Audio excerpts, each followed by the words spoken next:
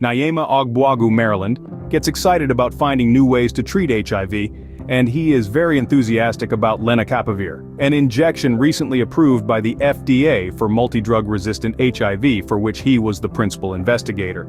He is pleased that throughout his career he has seen HIV go from a deadly disease to a very easy, manageable disease.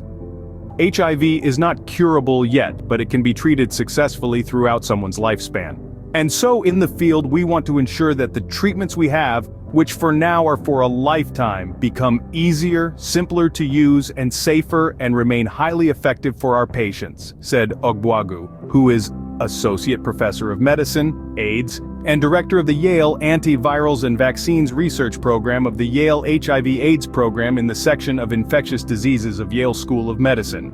Through collective pursuit in the research world, a new class of HIV treatment was born. Long-acting HIV medications that target the capsid of HIV-1, which is a conical structure that harbors its genome.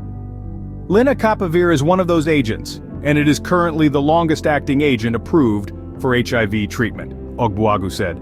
Lenacapavir got FDA approval based on the data in Ogbuagu's study, which has now been published in The Lancet HIV.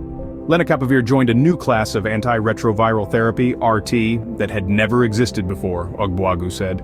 Because of its novelty, the drug has a high chance of success since people have not been exposed to it before.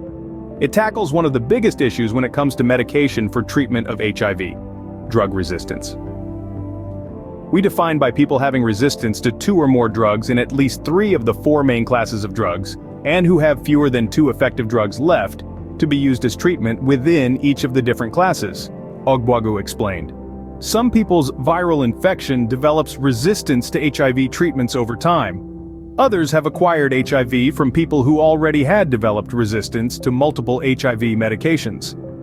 They're typically people who were on HIV treatments, and either because they were put on the wrong medication or they didn't take the medication as prescribed, they can develop resistance to HIV treatments.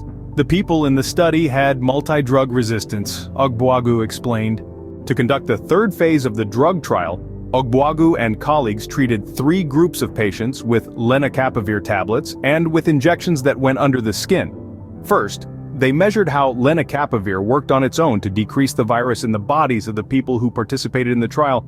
There were 3 groups of individuals in the study. One was immediately switched off their failing treatments and placed on Lenacapavir, along with at least 1 or more additional HIV drugs,